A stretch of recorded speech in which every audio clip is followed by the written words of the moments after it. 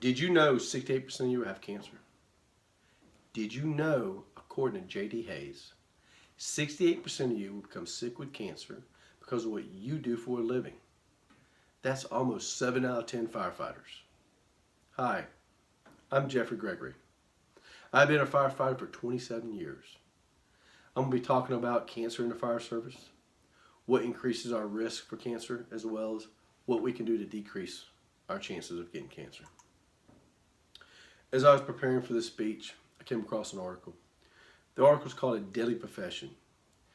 In there it talks about the general population has a 22% chance of having cancer. In comparison, in that same article, it talks about the firefighters, where 68% of all firefighters will have cancer in their lifetime. That's a huge difference, going from 22% to 68% because of what we do for a living.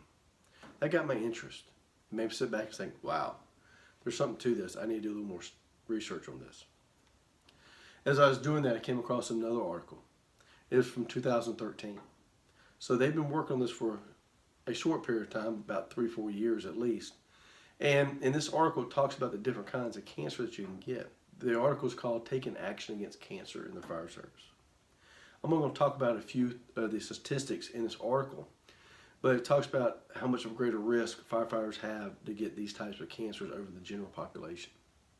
Remember, 22% of the general population gets cancer, 68% of firefighters get cancer. As a firefighter, this is how it affects us. When we talk about testicular cancer, we're at a little over 2 times the greater risk to get that. When you talk about non-Hodgkin's lymphoma, we're a little over 1.5 times the greater risk. Talk about skin cancer, almost 1.5 times higher risk at skin cancer. Prostate cancer is 1.2. Brain cancer is a little over 1.3. And then colon cancer is right around 1.2 more times greater risk to get that. So as you can see with this little snapshot of the different types of cancer, because of what we do, we have a higher risk to get them. And it sit there and made me think about my 27-year career and how I've exposed myself to this higher risk. In this article, there was a Grace LeMaster. She's a PhD out of the University of Cincinnati. She had a quote that really caught my attention and really drove home what we're talking about. In that article, she goes on to say, because of the multiple exposures and the multiple routes of exposure, they inhale carcinogens and the carcinogens are absorbed through their skin. This is also highly unlikely for firefighters to get only one type of cancer.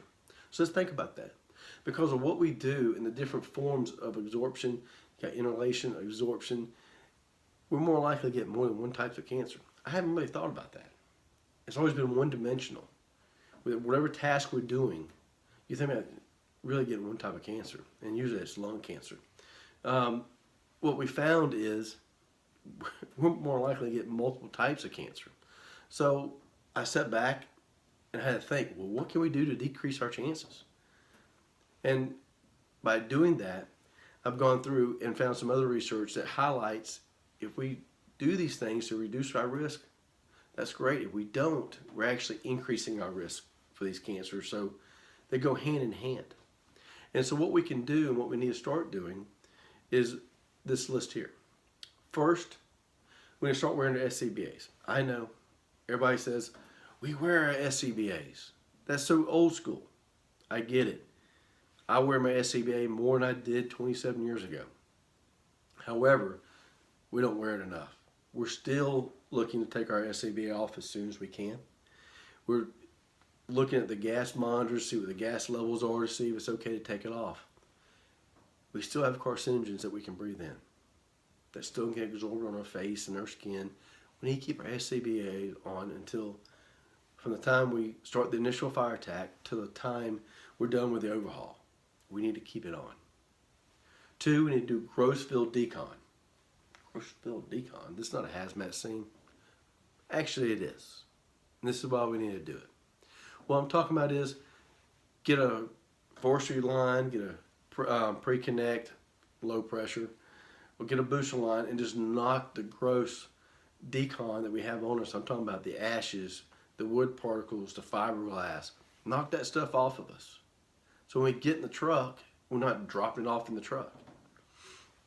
We also need to use baby wipes, or firefighter wipes is what they call them. They're essentially just baby wipes.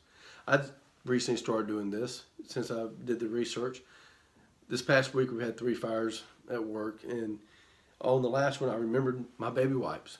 After the fire, I wiped my face down, my head, my neck, behind my ears, my hand, underneath my arms.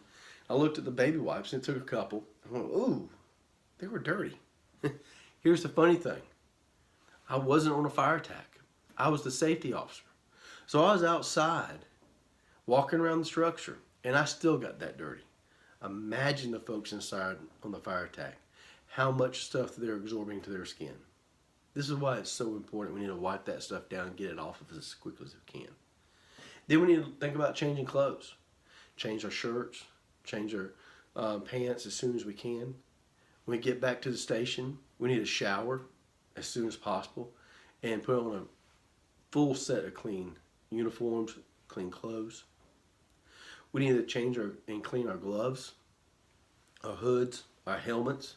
One thing we do at my department is after each fire, the battalion chief's aide comes around, collects everybody's hood, gives us all brand new hoods, takes the dirty hoods off and gets them washed and laundered at the extractor at one of the stations, and they keep them on the truck for the next fire.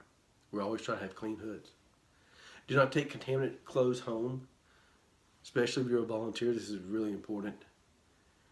You don't want to put them in your car, you don't have to. If you do, bag them up, put them in the trunk. You don't want that stuff contaminating where you're going to sit on a normal basis or where your family's going to sit. Decon inside your fire truck. I'm not talking about just cleaning it. Go in and decon it, because you got all the contaminants from your gear, from you, sitting in there that you're going, next time you go on an EMS call, you're going to prop your arms up, or you're going to lean on it, you're going to contaminate yourself again. We need to clean all that stuff out. Don't take your PPEs and put them in your living area or your sleeping area. I know a lot of people like to sleep with your turnout pants beside your bed so you can hop in them and go. We got to stop doing that. All we're going to do is breathe in all those carcinogens while we're sleeping. We don't need to do that. We need to stop using tobacco. I get it. I used tobacco for years. The hardest thing I had to quit, but we need to do that. Start using sunscreen when we go outside. Let's cut down the extra risk that we have for skin cancer. Also, what we need to do is go for regular medical examinations. This can also help prevent us from getting some types of cancer, but the biggest thing there is early detection of cancer. If we detect it early, we can treat it early, we can go in remission early. It all goes hand in hand. So the earlier we can catch it, the earlier we can treat it, the earlier we can survive with it. As you can see, what we do is very dangerous, and it's dangerous enough. We do not need to add to that danger by being careless. We're professionals. We need to be leaders in our industry. The younger firefighters look up to the older firefighters, so we need to lead by example. We need to remember what we do and what we love to do makes us sick. So let's remember what we can do to reduce our risk. Wear SCBA. Clean ourselves, clean our uniforms, clean our equipment. And go to the doctor and get regular checkups. Thank you for your time today as we learn about cancer in the fire service and what we can do to reduce our risk for cancer. Thank you for your time. Have a blessed day, and I'll talk to you later.